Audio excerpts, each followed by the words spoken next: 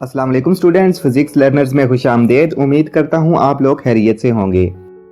Class 9th का chapter number 1 हम पढ़ रहे हैं। पिछली वीडियो में हमने मेजरिंग इंस्ट्रूमेंट को पढ़ा था, जिसमें हमने मीटर रूल, मीटर टेप और वर्नियर कैलिपर को कवर किया था।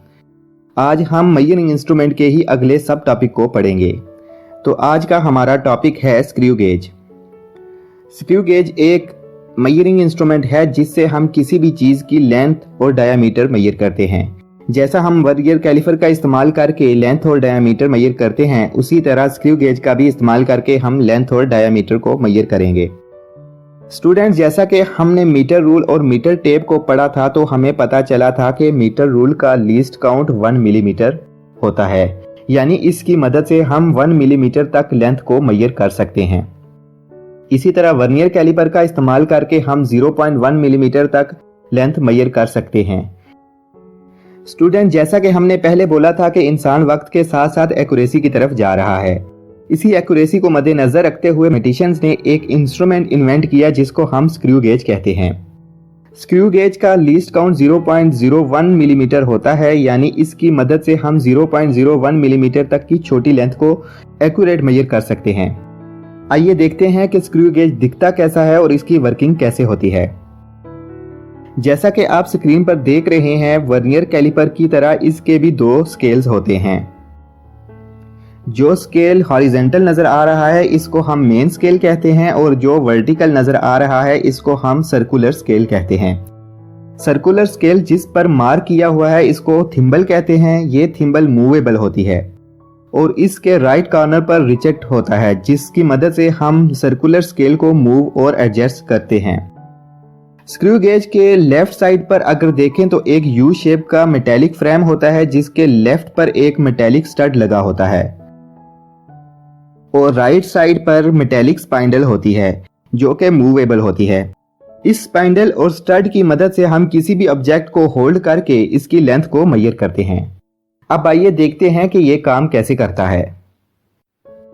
जिस तरह हमने वर्नियर कैलिपर को इस्तेमाल करने से पहले इसका 0 एरर चेक किया था, उसी तरह स्क्रू गेज का भी 0 एरर चेक करेंगे। सबसे पहले हम रेचेट की मदद से स्क्रू गेज के जाज को मुकम्मल बंद करेंगे।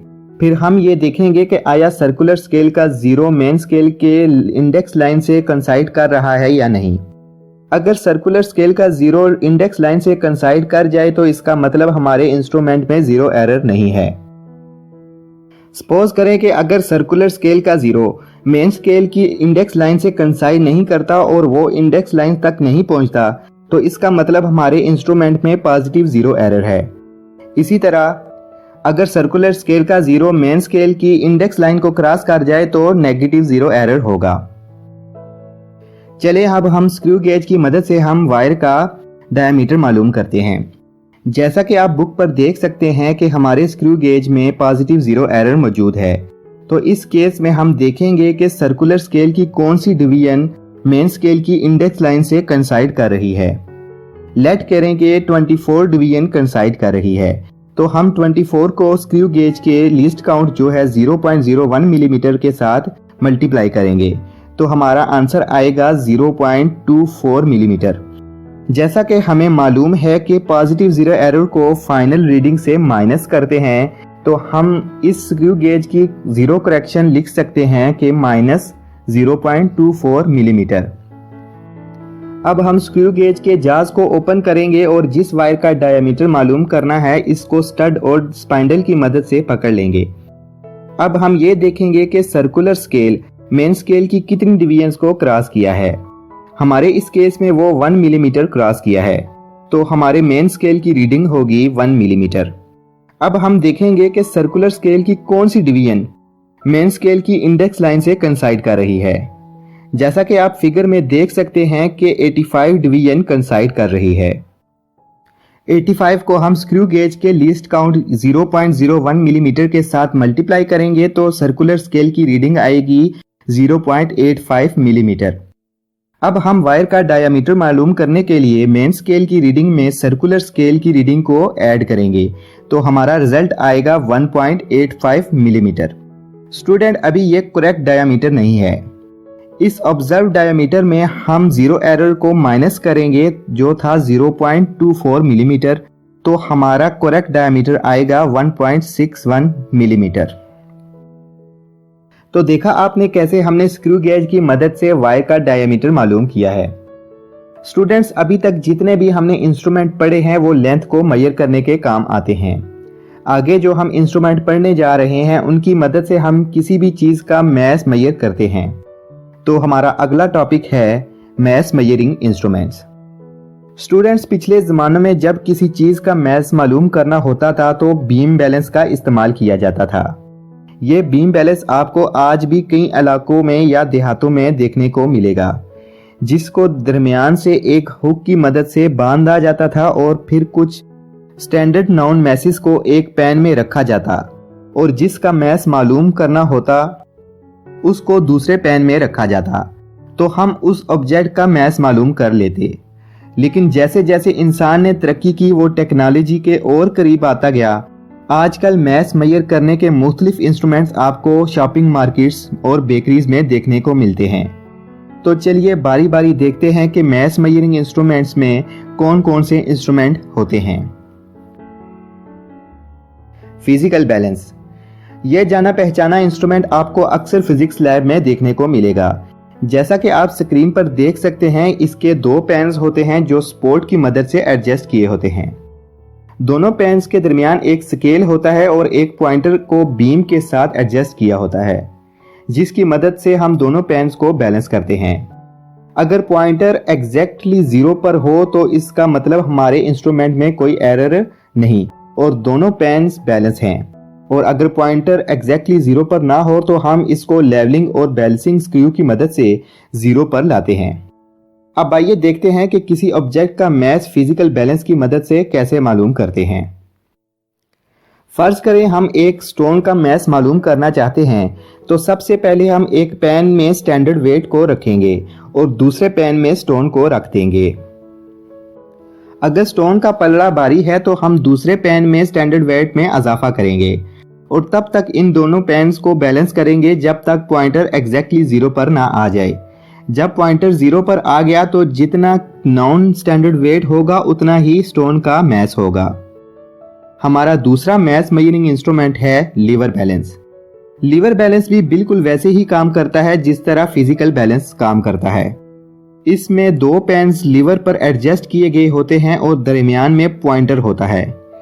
इसमें भी हम एक साइड पर स्टैंडर्ड मैस रखते हैं और दूसरे पैन में उस ऑब्जेक्ट को जिसका मैस मालूम करना हो। जब पॉइंटर 0 पर आ जाए तो इसका मतलब दोनों पैन्स बैलेंस हो गए हैं और जितना स्टैंडर्ड मैस का सम होगा उतना ही ऑब्जेक्ट का मैस होगा। स्टूडेंट, हमारा तीसरा और आखिरी मैस मेजरिंग इंस्ट्रूमेंट है इलेक्ट्रॉनिक बैलेंस। अभी तक हमने जितने इंस्ट्रूमेंट पढ़े उसमें हमको स्टैंडर्ड मैसेज की जरूरत होती है, लेकिन इलेक्ट्रॉनिक बैलेंस में इनकी जरूरत नहीं होती क्योंकि ये स्टैंडर्ड मैसेज इसमें प्रोग्राम्ड होते हैं। इस को इस्तेमाल करने के लिए सबसे पहले हम एडजस्ट बटन की मदद से इसके मीटर को 0 करते हैं और फिर अपने ऑब्जेक्ट पैन पर रखते हैं। इंस्टॉल प्रोग्रामिंग की मदद से हमें ऑब्जेक्ट का एग्जैक्ट मैस मालूम हो जाता है। नाज़रीन, अगर हम इन तीनों मैस मेजरिंग इंस्ट्रूमेंट को कंपेयर करें तो हमें पता चलता है कि बीम बैलेंस का लीस्ट काउंट 0.1 ग्राम है, यानी ये 0.1 ग्राम तक की छोटी वैल्यू को भी मेजर कर सकता है। और फिजिकल बैलेंस का लीस्ट काउंट 0.01 ग्राम होता है, लेकिन इलेक्ट्रॉनिक बैलेंस का लीस्ट काउंट 0.001 ग्राम यानी 1 मिलीग्राम होता है। इससे हमें यह पता चलता है कि इलेक्ट्रॉनिक बैलेंस की एक्यूरेसी सबसे ज्यादा है और ये बाकी दूसरे इंस्ट्रूमेंट से ज्यादा रिलायबल है। हमारा जो अगला इंस्ट्रूमेंट है इसको हम टाइम मेजरिंग इंस्ट्रूमेंट कहते हैं। टाइम मेजरिंग इंस्ट्रूमेंट की अगर बात की जाए तो स्टॉप वॉच किसी भी टाइम इंटरवल को मेजर करने के काम आती है। अब स्टॉप वॉचेस दो तरह की होती हैं, एक को हम मैकेनिकल स्टॉप वॉच कहते हैं और दूसरे को digital stop watch. Mechanical stop watch का लीस्ट काउंट 0.1 सेकंड होता है। जैसा कि आप स्क्रीन पर देख सकते हैं कि मैकेनिकल स्टॉप वॉच पर एक नॉब लगा होता है। इस नॉब की मदद से हम स्टॉप वॉच को स्टार्ट, स्टॉप और रीसेट कर सकते हैं। जब भी किसी टाइम इंटरवल को मालूम करना हो तो सबसे पहले स्टॉप वॉच को रीसेट किया जाता है और इसके बाद रीडिंग ली जाती है। मैकेनिकल स्टॉपवॉच पर घंटा, मिनट और सेकंड्स मार्क होते हैं, जिसकी मदद से करेक्ट रीडिंग ली जाती है। अगर बात की जाए डिजिटल स्टॉपवॉच की, तो ये इस्तेमाल करने में भी आसान होती है और रिजल्ट भी एक्यूरेट देती है, क्योंकि डिजिटल स्टॉपवॉच का लीस्ट काउंट 0.01 सेकंड होता है। इस पर भी स्टार्ट, स्टॉप और रिसेट के बटन होते हैं और छोटी सी स्क्रीन की मदद से हम एग्जैक्ट रीडिंग लेते हैं। इस स्टॉपवॉच का इस्तेमाल हम इस क्लास के लैब में भी करेंगे और ये आपको फिजिक्स लैब में भी देखने को मिलेगी। हमारे इस चैप्टर का लास्ट मेजरिंग इंस्ट्रूमेंट है मेजरिंग सिलेंडर। मेजरिंग सिलेंडर का इस्तेमाल बेसिकली किसी भी लिक्विड का वॉल्यूम या किसी भी इर्रेगुलर ऑब्जेक्ट का वॉल्यूम मालूम करने के लिए इस्तेमाल किया जाता है। मेजरिंग सिलेंडर एक सिलिंड्रिकल ग्लास या ट्रांसपेरेंट प्लास्टिक होता है जिस पर मिलीमीटर का स्केल मार्क होता है। याद रहे, जब भी कोई रीडिंग लेनी है तो हमारी आंख की पोजीशन बिल्कुल हॉरिजॉन्टल होनी चाहिए, वरना हमारी रीडिंग इनकरेक्ट होगी। मेजरिंग सिलेंडर की मदद से हम किसी भी अननोन इर्रेगुलर शेप्ड सॉलिड का वॉल्यूम भी मेजर कर सकते हैं। फर्ज करें हम किसी भी इर्रेगुलर शेप स्टोन का वॉल्यूम मालूम करना चाहते हैं, तो सबसे पहले हम मेजरिंग सिलेंडर लेंगे और उसमें इतना पानी डालेंगे कि वो स्टोन इसमें मुकम्मल डूब जाए। पानी डालने के बाद हम रीडिंग लेंगे कि इस वक्त पानी का वॉल्यूम कितना है। इस वॉल्यूम को हम इनिशियल वॉल्यूम कहते हैं, जो कि VI से डिनोट होता है। अब हम मेजरिंग सिलेंडर में स्टोन को डाल देंगे। पत्थर को डालने के बाद पानी का लेवल ज्यादा होगा तो हम फिर से रीडिंग लेंगे। इस वॉल्यूम को हम फाइनल वॉल्यूम कहते हैं, जो VF से डिनोट होता है। अब हम स्टोन के वॉल्यूम को फाइंड करने के लिए फाइनल वॉल्यूम से इनिशियल वॉल्यूम को माइनस कर देंगे, तो हमारा रिक्वायर्ड वॉल्यूम आ जाएगा। तो स्टूडेंट्स, आज हमारा मेजरिंग इंस्ट्रूमेंट का टॉपिक खत्म हुआ। उम्मीद है आपको समझ आया होगा। अगर आपके जहन में कोई सवाल है तो आप कमेंट बॉक्स में पूछ सकते हैं, और अगर आप इस चैनल पर नए हैं तो चैनल को सब्सक्राइब करके साथ मौजूद घंटी के बटन को भी दबा दें, ताकि हमारी हर नए आने वाली वीडियो की अपडेट आपको मिल सके। चलिए मिलते हैं नेक्स्ट वीडियो में।